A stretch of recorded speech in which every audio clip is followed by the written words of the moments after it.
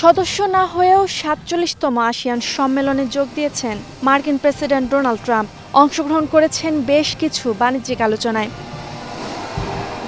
রোববার মালয়েশিয়ার কুয়ালালামপুরে অনুষ্ঠিত এই সম্মেলনের মূল আকর্ষণ ছিল থাইল্যান্ড ও কম্বোডিয়ার মধ্যে যুদ্ধবিরতি চুক্তি স্বাক্ষর। তত্ত্বাবধান করেন ট্রাম্প নিজেই। এই চুক্তি শেষ হতেই সেখানেই ট্রাম্প আবারও ফিরে গেলেন ব্যবসার আলোচনায়। ব্রাজিলের প্রেসিডেন্ট লুইস ইনাসিও লুলা দা সিলভাকে আশ্বস্ত করলেন যুক্তরাষ্ট্র ব্রাজিল বাণিজ্য চুক্তির নিশ্চয়তা। এদিকে সম্মেলনে বিভিন্ন বৈঠকে যোগ দেওয়ার পর সিঙ্গাপুরের জন্য 10% এবং মিয়ানমার ও লাওসের জন্য 40% অতিরিক্ত শুল্ক আরোপ করা সরকারি নির্দেশনায় সই করেন প্রেসিডেন্ট ট্রাম্প। এরপর সোমবার মালয়েশিয়া থেকে উড়াল দেন জাপানে। মঙ্গলবার জাপানের প্রধানমন্ত্রী সানায়ে তাকাইচির সঙ্গে দুর্লভ খনিজ উপাদান সরবরাহ নিশ্চিত করতে চুক্তি সই করেন।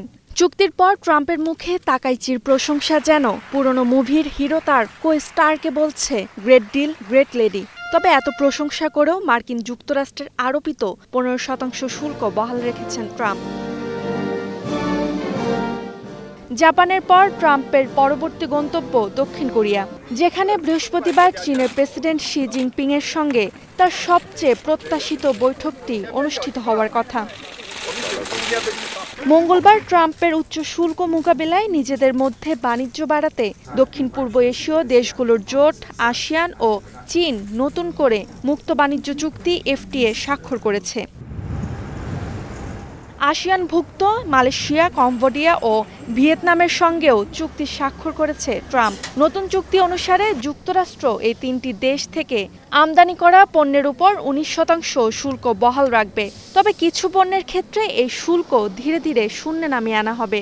যদিও ট্রাম্পের চুক্তিগুলোতে চীনা পণ্য ও সেমিকন্ডাক্টরের উপর আরোপিত শুল্কের বিষয়গুলো সমাধান হয়নি। Roksana Rimi, star news.